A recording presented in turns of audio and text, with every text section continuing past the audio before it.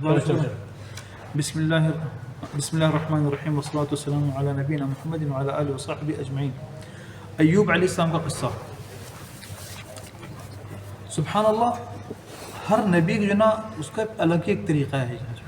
کچھ انبیاء ہیں جیسے کہ آپ کو پتہ ہے یعقوب علیہ السلام کو جو ہم نے قصہ لیا تھا تو ان کا زیادہ تر قصے کے اندر تھا یوسف علیہ السلام کی جدائی اور اس کی محبت اور ان کے ساتھ جو ہوا تھا یوسف علیہ السلام کا قصہ سارا ان کے ساتھ جو نبی جو جن کے ساتھ واقعات ہوئے جیل کے اندر اور قصر میں، اور ایسے ہر نبی کا ایک الگ ایک رخ ہے جس کے اندر اس کا جو امتحان ہوتا ہے اور اس کے اندر جو پاس ہوتا ہے۔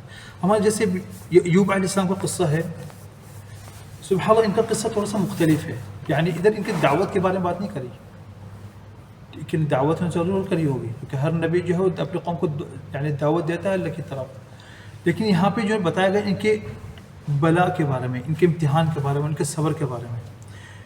یہ تھے بلاد شام کی طرف رہتے تھے، حوران ایک جگہ ہے ادھر رہتے تھے، اور یعنی مردوں میں سب سے بہتر مرد ہوتے تھے یہ، اور اللہ تعالیٰ نے ان کے اوپر وحی کری تو نبی ہو گئے، اور اللہ تعالیٰ نے ان کے اوپر نعمتوں کا اتنا دروازہ کھولا ہوا تھا، اتنا نوازا تھا ان کو کہ بہت ہی امیر تھے۔ اور ایوب علیہ السلام اسحاق علیہ السلام کی ذریت میں سے ہیں۔ ایوب علیہ السلام خود بہت خوبصورت تھے، ٹھیک ہے، اور طاقتور تھے، ان کی بنیاد بھی ماشاءاللہ سخت تھی، اور اللہ تعالیٰ نے ان کو جو نا ہر قسم کی مال اور دولت سے نوازا تھا۔ تو ان کے پاس زمینیں بھی تھیں، ان کے پاس باغات بھی تھے، ان کے پاس چروائے بھی تھے، جیسے کہ بکریاں بھی تھیں، گائیں بھی تھیں، اونٹ بھی تھے۔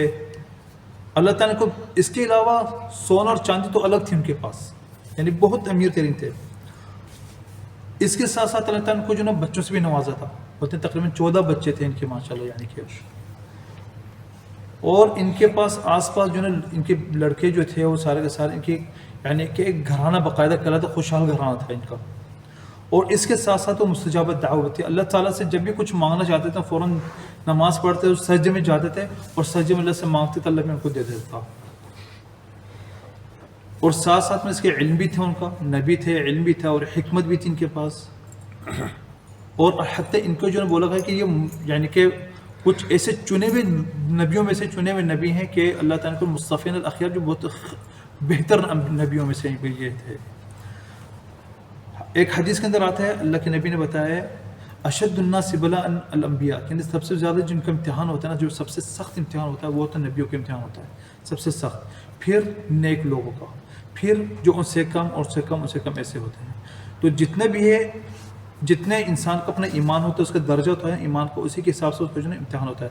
اگر وہ دین میں زیادہ مضبوط ہوتا ہے تو اس کا امتحان اس سے زیادہ سخت ہوتا ہے۔ اور جو ہے نا یعنی کہ لوگوں کے امتحان ہوتا رہتا اور مصیبتیں لوگوں کے اوپر آتی رہتی ہیں، حتیٰ کہ وہ اس حالت میں پہنچ جاتے ہیں کہ زمین کے اوپر چل رہا ہوتا ہے لیکن اس پر کوئی گناہ نہیں ہوتا۔ اللہ تعالیٰ امتحان لیتا ہے، پھر ان کو جو نا درجات بلند کرتا ہے، ان کے گناہ اس طریقے سے جھاڑتا ہے، ٹھیک ہے نا۔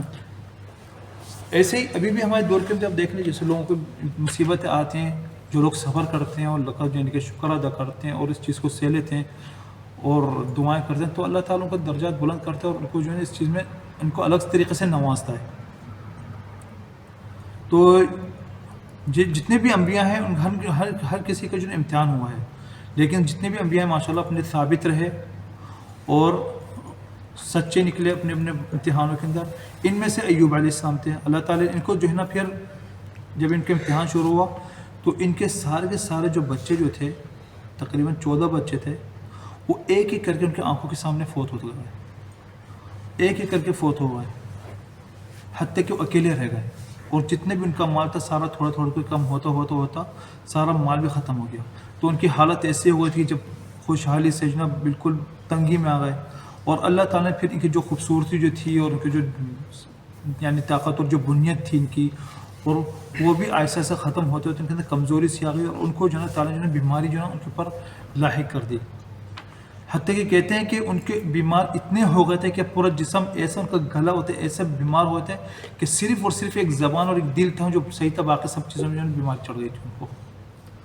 اور یہ 1-2 دن کی بات نہیں تھی، اس بیماری کے ساتھ وہ صبر کرتے رہے 18 سال تک، عمر ہوتی ہے 18 سال، اور یہ کس چیز کے بعد ہے؟ جب ان کے پاس بڑے قسم کی نعمتیں تھیں.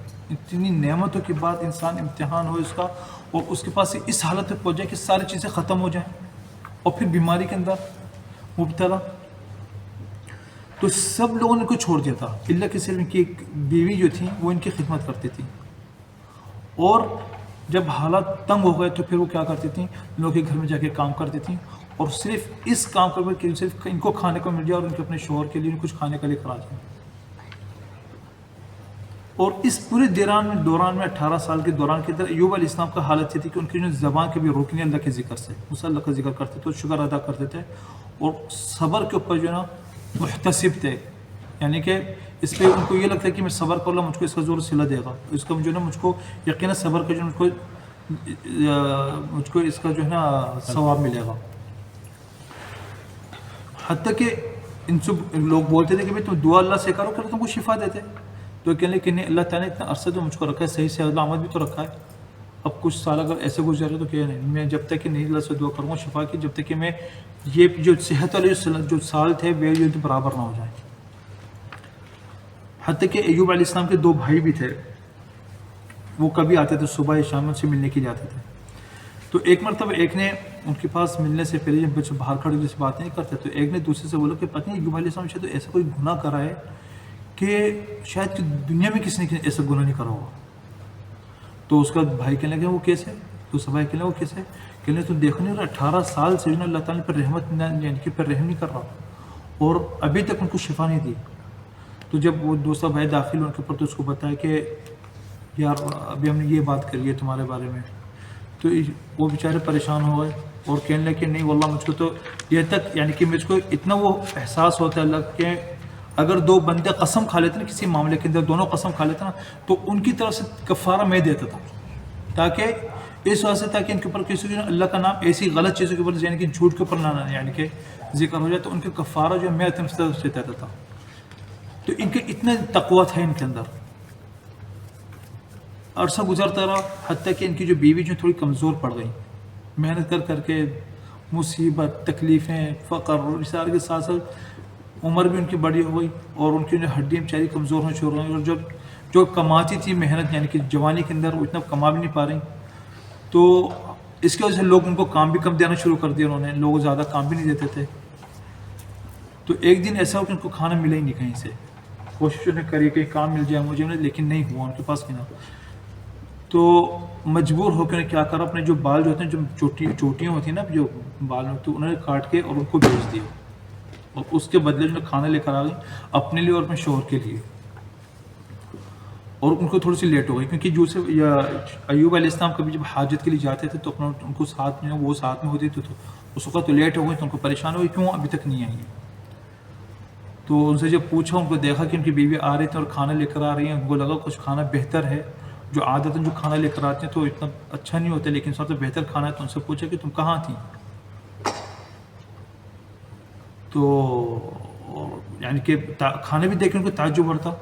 تو کہنے میں قسم کھاتا ہوں میں کھانا نہیں کھاؤں گا جب تک مجھے بتاؤ گی کہاں سے آیا کھانا. تو پھر انہوں نے اپنے سر جو کھولا تو انہیں بتایا کہ میں نے یہ یعنی کہ اپنی چھٹیاں بھیجی تھی اور اس طریقے سے ہے.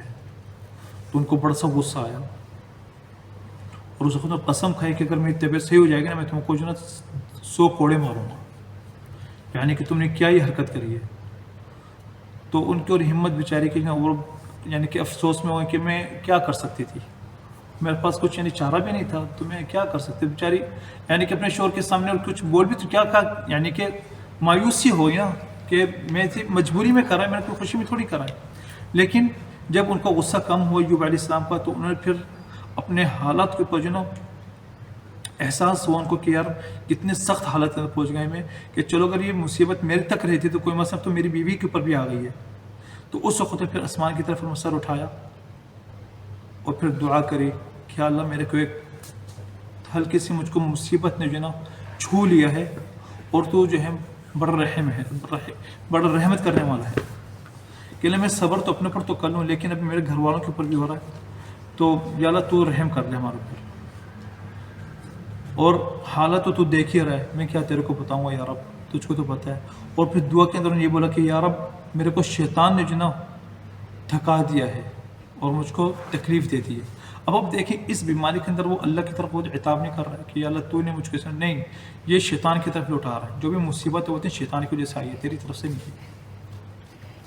یہ ادب تھا ان کا اللہ کے ساتھ کہ جو بھی مصیبت تھی اور جو بھی جو تھا وہ شیطان کی طرف ڈال دیتے، اللہ کی طرف نہیں کرتا. اللہ سے صرف ان کو رحمت ہی صرف.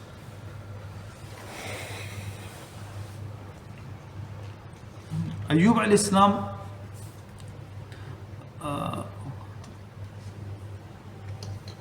تو ایک مرتبہ یہ ہے کہ ایوب علیہ السلام جو ہے ان کی عادت تھی کہ بھی جب حاجت میں جاتے تو اپنی بیوی کے ساتھ یعنی کہ ان کی بیوی ہوتی تھی ان کے ساتھ ہی. تو ایک مرتبہ لیٹ ہوئی تو وہ انتظار کر رہے تھے. تو اللہ تعالیٰ نے ان کے اوپر وحی کری کہ ایوب اپنے پاؤں جو ہے اپنی ایڑی جو ہے تم زمین کی طرف مارو.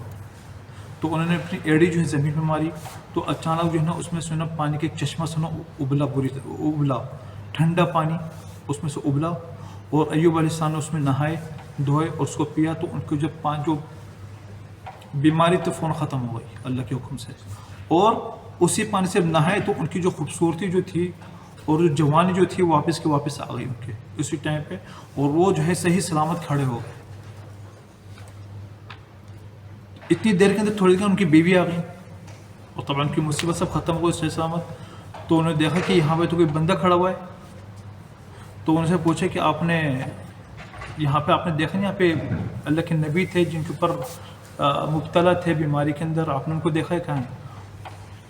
اور حقیقتاً کہ یعنی وہ تم سے بہت ہی ملتے تھے لیکن تو وہ کہاں چلے گئے آپ کو پتہ ہے؟ تو کہنے لگے کہ نہیں میں ہی ہوں ایوب جو اللہ کے نبی ہیں جو مبتلا تھے میں ہی ہوں. تو بولتے ہیں پھر تم انسان سوچ نہیں سکتے کہ ان کی کتنی خوشی ہوئی ان کی بیوی کو کہ اتنے لمبے عرصے کے بعد جو ہے اللہ تعالیٰ نے اس کا صلہ دیا ان کو. بولنے پھر جو نا زندگی واپس لوٹ آئی ان کے گھر کے اوپر ایوب علیہ السلام کو. تو اللہ تعالیٰ نے ان کی بیوی کو بھی ایسے ہی اسی پانی سے شفا دی اور ان کی جو جوانی واپس لوٹا دی ان کی. اور ایوب علیہ السلام کی صحت واپس آ گئی. اللہ تعالیٰ نے پھر ان کو جو ہے ماشاء اللہ پھر اولاد سے بھی نوازا. حتیٰ کہ کہتے ہیں کہ اتنے ہی اولاد ہو گئے ان کی جتنے پہلے تھے بلکہ اس سے بھی ڈبل ہو گئے ماشاء اللہ. اور اللہ تعالیٰ نے پھر ان کے پاس جو نا اموال پیسے بھی دیے، ان کے اوپر بھلائیاں بھی ان کو دی پوری دنیا کی. اور یہ حقیقتاً وہ تھا کہ ان کا جو نا صلہ تھا جو انہوں نے صبر کرا اتنی مشکل زندگی گزار کے.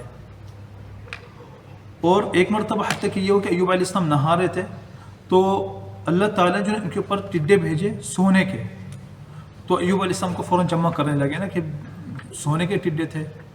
تو اللہ تعالیٰ کو بتا ایوب میں نے تمہارے دل جو ہے تمہارا جو دل جو ہے میں نے قناعت سے بھر دیتا یعنی کہ.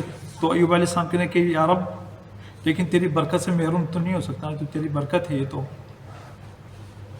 تو سبحان اللہ. یعنی کہ انسان بولے کہ اگر اس کے پاس پیسہ بھی ہو اگر اور بھی لینا چاہ رہا ہے تو اللہ کی برکت سے تو محروم. انسان تو تمنا کرتا ہے کہ اللہ تو جتنی برکت دیتے تو میرے لیے تو کمی ہے. اب جو ہے اب ان کے ذہن میں ایک بات چلی تھی نبی علیہ السلام کہ وہ یہ مسئلہ تھا کہ انہوں نے جو قسم کھائی تھی کہ اگر میری طبیعت صحیح ہو جائے گی تو میں جو ہوں اپنی بیوی کو سوکڑے ماروں گا. تو وہ بیچارے سوچ رہے تھے کہ میں کیا کروں کس طریقے سے کروں. اور ان کی شریعت میں جو تھا اس وقت اس کا کفارہ نہیں تھا کہ اگر کوئی قسم کھا لے تو کفارہ کر دے، کوئی کفارہ نہیں تھا، لازمی تم نے کرنا ہی ہوتا تھا یہ. تو پھر وہ اب سوچ رہے تھے کہ میں کیسے کروں. تو اللہ تعالیٰ نے کو وحی کری کہ تم جو ایسا کرو. اور اب دیکھیں یہ بھی اللہ کی طرف سے رحمت ہے کہ ان کو اس چیز کے لیے انہوں نے حکم دیا کہ تم اپنی جو قسم اس طریقے سے پورا کرو کہ جاؤ تم جو لکڑیاں کے جو وہ ہوتے ہیں تنکے جو ہوتے ہیں وہ تم جمع کرو، 100 تنکے جمع کرو ہرے اور یا خشک سارے، اور چھوٹے بڑے اس میں سے سارے 100 ہوں، اور اس میں سے ایک مرتبہ بیوی کو مارو جس سے ان کو نہ تکلیف ہو نہ ان کو پتہ بھی چلے لیکن تم نے کو مار دیا ہو اس سے.